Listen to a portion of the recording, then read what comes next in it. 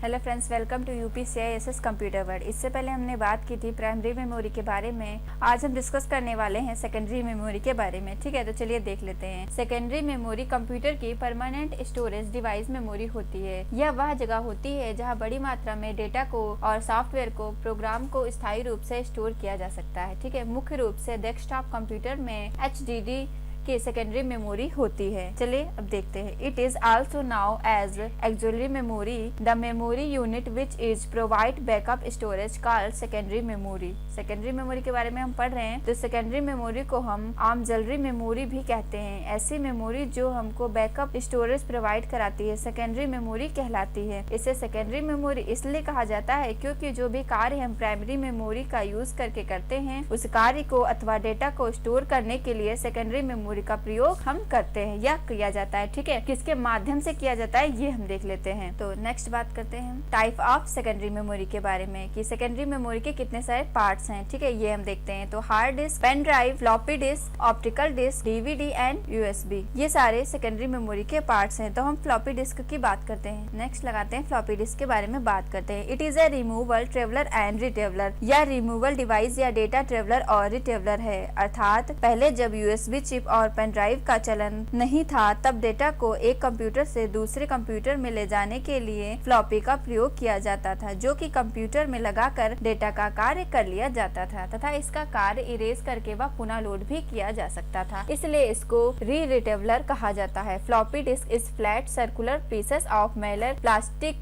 That rotate with in A jacket. Floppy disk plate होती है जो मेटल प्लास्टिक के गोलाकार टुकड़े एवं एक प्लास्टिक के जैकेट के अंदर घूमते हैं। ठीक है, the size to floppy is 3.5 inch and the storage capacity of floppy disk is 1.44 MB। Floppy का आकार जो होता था वह 3.5 इंच था और इसकी जो डेटा स्टोरेज करने की जो क्षमता थी वह 1.44 MB होती थी। आगे अब हम बात करने वाले हैं हार्ड डिस्क के बारे में। नेक्स्ट देखते हैं। नेक्स्ट हार्ड डिस्क के बारे में बात करते हैं। A hard disk is a magnetic disk made of metal and convert with a magnetic recording surface. Hard disk एक मैग्नेटिक डिस्क है जो धातु से बनी हुई होती है और मैग्नेटिक रिकॉर्डिंग सतह से ढकी हुई होती है। अर्थात हम यह जान लेते हैं कि हार्ड डिस्क हमारी सेकेंडरी स्टोरेज डिवाइस होती है। कंप्यूटर का सारा डेटा हार्ड डिस्क में ही स्टोर होता है या इंटरनल अथवा एक्सटर्नल दोनों प्रकार से आती है तथा यह मैग्नेटिक धातु से बनी हुई होती है और हार्ड डिस्क के भीतर अनेक प्लेट्स लगे हुए होते हैं। प्लेट से एक प्रकार की गोल डिस्क होती है जो हार्ड डिस्क के अंदर डेटा भंडारण करते हैं। Nowadays there are capacitive hard disk available in the market to store the data like 500 GB, 1 TB, 30 TB and even greater। इस समय मार्केट में 500 GB, 1 TB, 30 TB की हार्ड डिस्क उपलब्ध है, यानी कि हार्ड डिस्क इतनी आती हैं। ठीक है, हार्ड डिस्क में प्लेटर्स जो एक हार्ड डिस्क की सतह होती है तथा हेड्स जो प्लाटर के प्रत्येक साइड में लगे हुए होते हैं। ट्रैक्स या एक बड़ा सेक्शन होता है जो प्लाटर के चारों तरफ होता है। सेक्टर ट्रैक्स पर सेक्शन होते हैं। क्लस्टर जो मेजरमेंट की सबसे छोटी इकाई होती है जो हार्ड ड्राइव के डेटा को रीड करने का कार्य करती हैं। नेक्स्ट देखते हैं। आगे अब हम बात करते हैं ऑप्टिकल डिस्क के बारे में। ठीक है, इन सब के बारे में उम्मीद है कि आप लोगों को समझ में आ गया होगा। तो ऑप्टिकल डिस्क को देखते हैं। Optical disk is a disk read and written by laser beam. Optical disk एक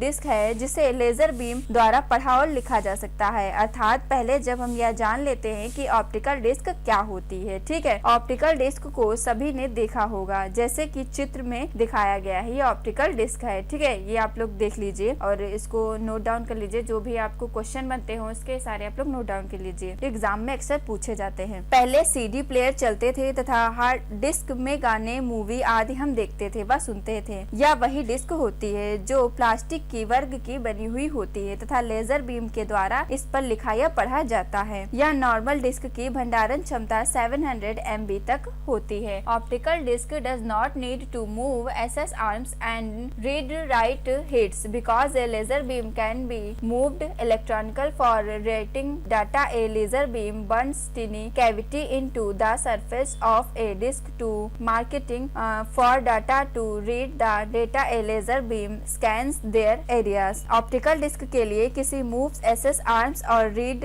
राइट्स हेड की जरूरत नहीं होती है, क्योंकि लेजर बीम इलेक्ट्रॉनिकली मूव हो सकती है। डाटा राइट करने के लिए लेजर बीम डिस्क से सरफेस पर बिट का चिन्ह बनाकर सूक्ष्म कैविटी बनाता है। डाटा रीड करने के लिए लेजर बीम एरिया को स्कैन कर लेता है। ठीक है, आगे हम बात कर रहे हैं ऑप्टिकल डिस्क के टाइप्स के बारे में कि ऑप्टिकल डिस्क के कितने सारे टाइप्स होते हैं। ठीक है, तो इनके बारे में हम नेक्स्ट देख लेते हैं। टाइप्स ऑफ ऑप्टिकल डिस्क, इनके बारे में हम देख रहे हैं। बात करते हैं हम नॉर्मल सीडी की। ठीक है, नॉर्मल सीडी की बात करते हैं। Write once read many disk. इस तरह के ऑप्टिकल डिस्क सादे और सरल होते हैं और डेटा को केवल एक ही बार लिखना आसान होता है। ठीक है, और इसके बाद आप उस डिस्क को दोबारा नहीं लिख सकते हैं, लेकिन इसे कई बार आप अपनी इच्छा के अनुसार एक्सेस या पढ़ सकते हैं। इस ऑप्टिकल डिस्क में 700 MB तक डेटा होता है। ठीक है, नेक्स्ट देखते हैं राइटेबल ऑप्टिकल डिस्क के बारे में। राइटेबल ऑप्टिकल डिस्क यह एक ऑप्टिकल डिस्क है जिसे बार बार मिटाया और लिखा जा सकता है।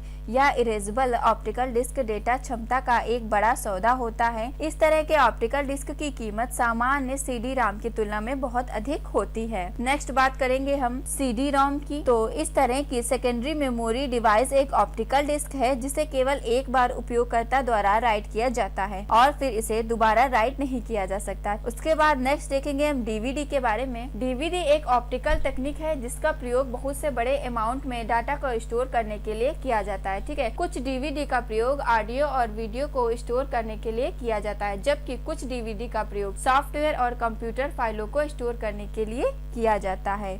इसे डिजिटल वर्सटाइल डिस्क के रूप में भी जाना जाता है। यह मास स्टोरेज डिवाइस सामान्य रूप से 4.7 GB तक आती है और विशेष स्थिति में यह 45 से 50 GB तक भी आती है। यह डेटा को संक्षिप्त रूप से संग्रहित करने के लिए डिजिटल तकनीक का उपयोग किया करता है। यह एक सामान्य कंपोनेंट डिस्क से अधिक स्टोर करता है। ठीक है, उसके बाद नेक्स्ट देखेंगे मास स्टोरेज डिवाइस के बारे में। मास स्टोरेज डिवाइस को स्टोरेज डिवाइस के रूप में जाना जाता है जो सामान्य स्टोरेज डिवाइस की तुलना में अधिक डेटा धारण कर सकता है। उसके बाद नेक्स्ट बात करते हैं, लास्ट बात करते हैं हम यूएसबी थम्ब्स की। ठीक है, तो यूएसबी थम्ब्स के बारे में बात करते हैं। USB flash drive data store करने के लिए उपयोग किया जाने वाला एक डिस्क है जिसमें फ्लैश मेमोरी और एक एकीकृत यूनिवर्सल सीरीज बस यूएसबी इंटरफेस शामिल हैं। वे उस डिवाइस को संचालित करने की शक्ति प्राप्त करते हैं जिसके वे यूएसबी पार्ट्स के माध्यम से जुड़े हुए होते हैं। ओके फ्रेंड्स, अब नेक्स्ट बात करेंगे हम रैम और रोम के डिफरेंट के बारे में। अगले वीडियो में हम देखेंगे। हमारे वीडियो को लाइक कीजिएगा, शेयर कीजिएगा व सब्सक्राइब